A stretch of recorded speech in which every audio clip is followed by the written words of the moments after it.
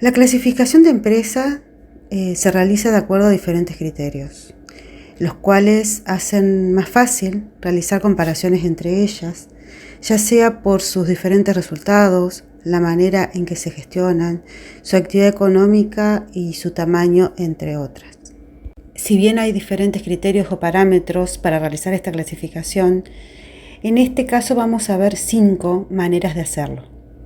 En primer lugar, las empresas se pueden clasificar según el sector económico donde desarrollan sus actividades. El sector primario, que es la actividad donde se extraen los recursos naturales, por ejemplo, la pesca, la ganadería, la agricultura, la minería.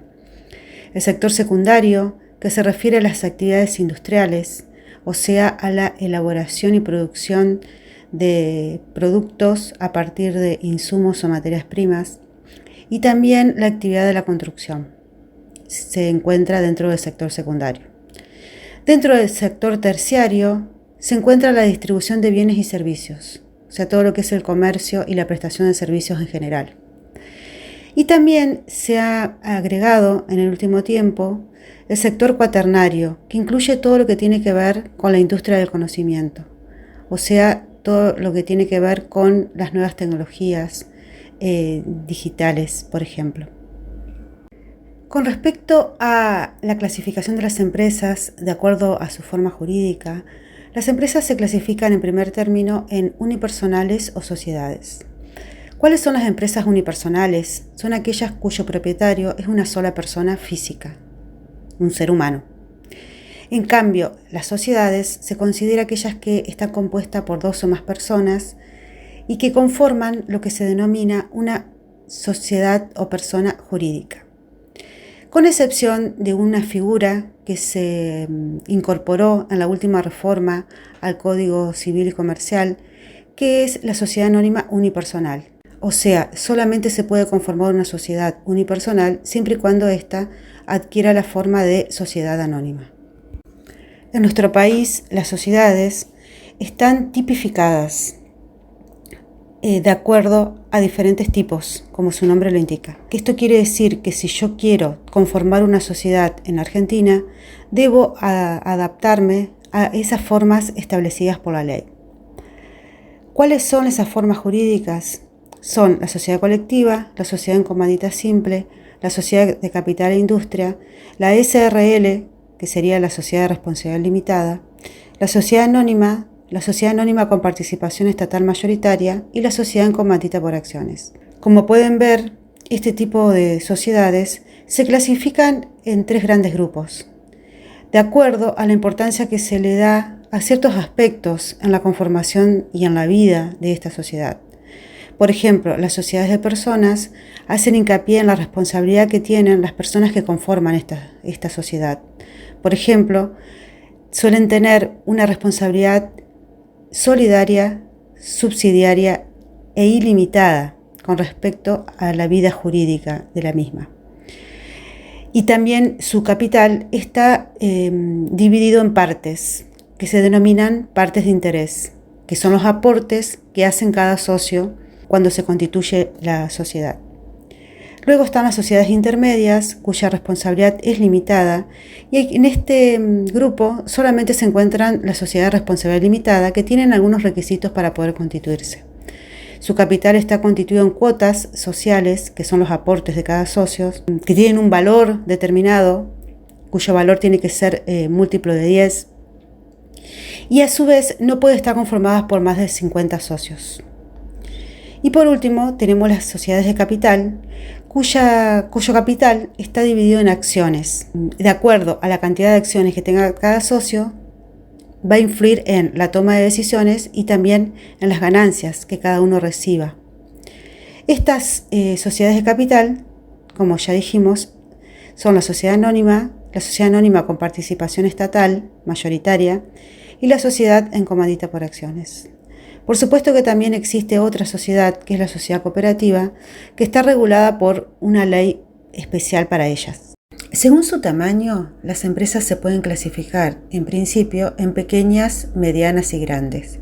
¿Con qué tiene que ver esta clasificación? Tiene que ver con la cantidad de personas que trabajan en ella, pero también tienen que ver con la tecnología y los recursos que utiliza. Si bien no hay parámetros tan estrictos para hacer esta diferencia entre pequeñas, medianas y grandes, se podría decir para caracterizar que las empresas pequeñas generalmente tienen una planta de personal que va de 6 a 50 trabajadores y se caracterizan por tener un capital reducido, escasa tecnología y pocos recursos. Se consideran medianas si su planta de laboral tiene entre 50 y 200 trabajadores y tienen un nivel medio de tecnología. Y con respecto a las grandes, se caracterizan por tener un gran volumen de operaciones, un mayor capital y mayor dotación de personal, generalmente más de 200, así como también un mayor uso de la tecnología. Pero en nuestro país también tenemos, y en algunos países, de Latinoamérica, también existen lo que se llaman los microemprendimientos y las pymes, que serían categorías intermedias. ¿Qué es un microemprendimiento? El microemprendimiento generalmente se considera aquella microempresa cuyo fundador es un emprendedor que tiene inquietudes, empuja y asume riesgos. Tiene esas características particulares que hoy en día existen mucho, sobre todo después de la pandemia. Ese emprendimiento se gestiona y se proyecta de manera autónoma y generalmente está formado de 1 a 5 personas. Como dijimos, el número no es determinante porque depende de cada situación en particular. Y después existe otra categoría de empresas que son las pymes. Es una categoría intermedia entre pequeña y mediana empresa, que están reguladas por la legislación argentina con ciertas promociones de tipo laboral, de financiación y comerciales para impulsar su crecimiento. Según el ámbito geográfico donde desarrollan su actividad, las empresas se pueden clasificar en locales, regionales, nacionales o internacionales. Obviamente, como su nombre lo indica, una empresa local es aquella que desarrolla sus actividades en una ciudad, en un barrio, y las regionales son aquellas que desarrollan su actividad en diferentes ciudades o en diferentes provincias. Las nacionales son aquellas que realizan sus actividades en todo el ámbito de un país y obviamente las internacionales son aquellas que extienden su actividad fuera de las fronteras del propio país. Por último, también las empresas pueden clasificarse según la propiedad del capital. ¿Qué significa esto?